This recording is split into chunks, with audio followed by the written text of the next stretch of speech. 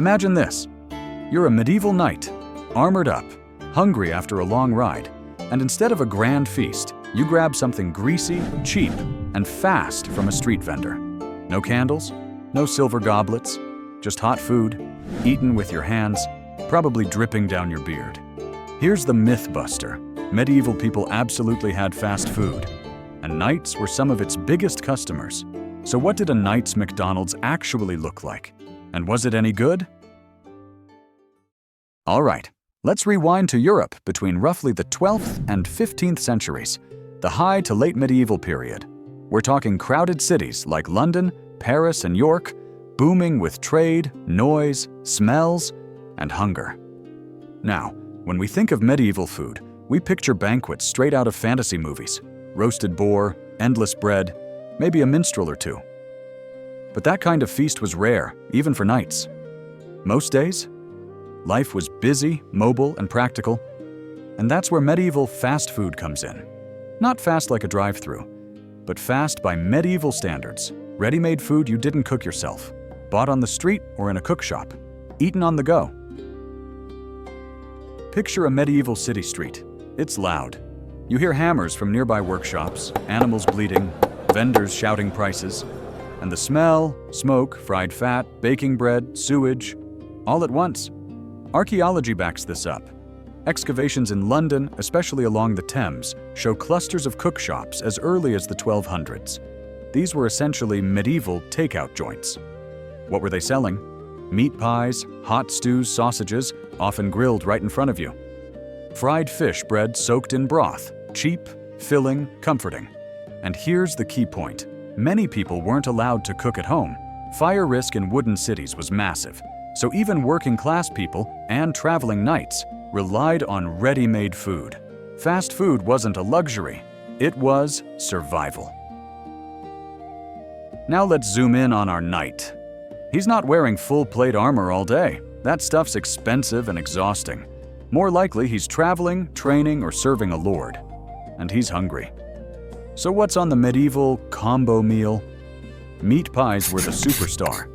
Thick pastry crusts filled with beef, mutton, or pork. The crust, called a coffin, was often so hard you didn't even eat it. Think of it like medieval cardboard packaging. Sausages were another go-to. According to records from the 14th century Paris, street vendors sold spiced meat sausages to travelers and soldiers. Garlic, pepper, and herbs helped mask questionable freshness. Yes, food safety was flexible. And for Fridays or Lent, fried fish. In London, fishmongers sold hot eel and herring wrapped in bread, shockingly close to fish and chips. Can you imagine biting into that after a cold ride? Armor clanking, hands greasy? Honestly, sounds amazing. Here's a big misconception. Medieval people didn't know food hygiene. Not true. City governments regulated food hard. In London's Assize of Bread and Ale, 13th century, bakers and brewers were fined, or publicly punished, for cheating customers. Meat inspectors existed. Bad food could get your stall shut down. That said, standards varied by class and location. A knight could afford better quality street food than a dock worker. And in times of famine or war? Yeah. Quality dropped fast. Surprising fact, spices weren't used to hide rotten meat. That's a myth. Spices were expensive. You didn't waste them on garbage. They were used because people genuinely liked strong flavors. So medieval fast food wasn't disgusting. It was uneven. Kind of like today. Let's pause and go deep on meat pies, because they're way more interesting than they sound. Meat pies show up everywhere in medieval records, from English household accounts to French market regulations. Why? Portability. Perfect for knights, soldiers, and travelers. Shelf life. Pastry sealed the filling, slowing spoilage, social flexibility. Same format, different quality. A noble's pie might contain venison and imported spices. A cheap street pie? Organ meat, fat, and filler. Same fast food, wildly different experiences. Archaeologists in York have even found pie molds and ovens near taverns, suggesting mass production. This was medieval meal prep on an industrial scale. And health-wise, surprisingly calorie-dense.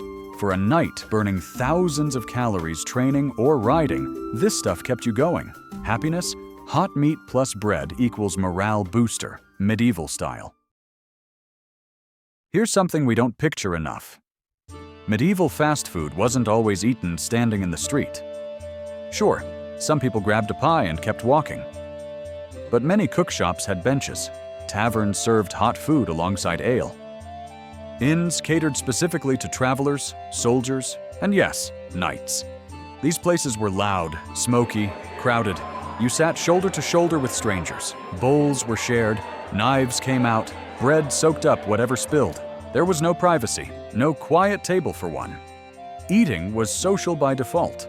A knight might eat next to a merchant, a sailor, or a laborer because fast food erased status, at least for a moment. Everyone was hungry. Everyone wanted something hot. So medieval fast food wasn't just convenient, it was communal. Now let's talk about movement. Knights weren't parked in castles all year.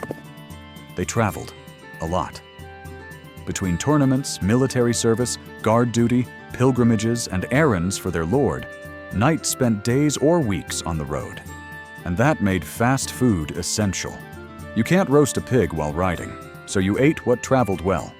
A meat pie wrapped in cloth, tied to a saddle. Sausages bought hot, eaten cold later. Bread sturdy enough to survive a journey, dipped into whatever stew or broth you could find. Roadside cookshops existed specifically for this, near bridges, city gates, busy roads, anywhere travelers passed through. These meals weren't elegant, but they were practical. Dense calories, warm when possible, filling enough to keep you riding. Quick fun thought, can you imagine a medieval drive-thru? Sir Geoffrey, that'll be 1 penny for the sausage. No substitutions, extra garlic costs more. And no, we're out of venison today. Honestly, the biggest difference from today? No branding, no golden arches, just reputation. If a cookshop made you sick, people remembered. Word of mouth was medieval Yelp. So what did a knight's McDonald's look like? Not a palace feast, but a smoky street stall. Hot pies, greasy sausages, bread dunked in stew, food designed to be fast, filling, and functional. Medieval fast food tells us something important. People in the past weren't that different from us. They wanted convenience, comfort, familiar flavors after a long day. And honestly, some of it still sounds pretty good.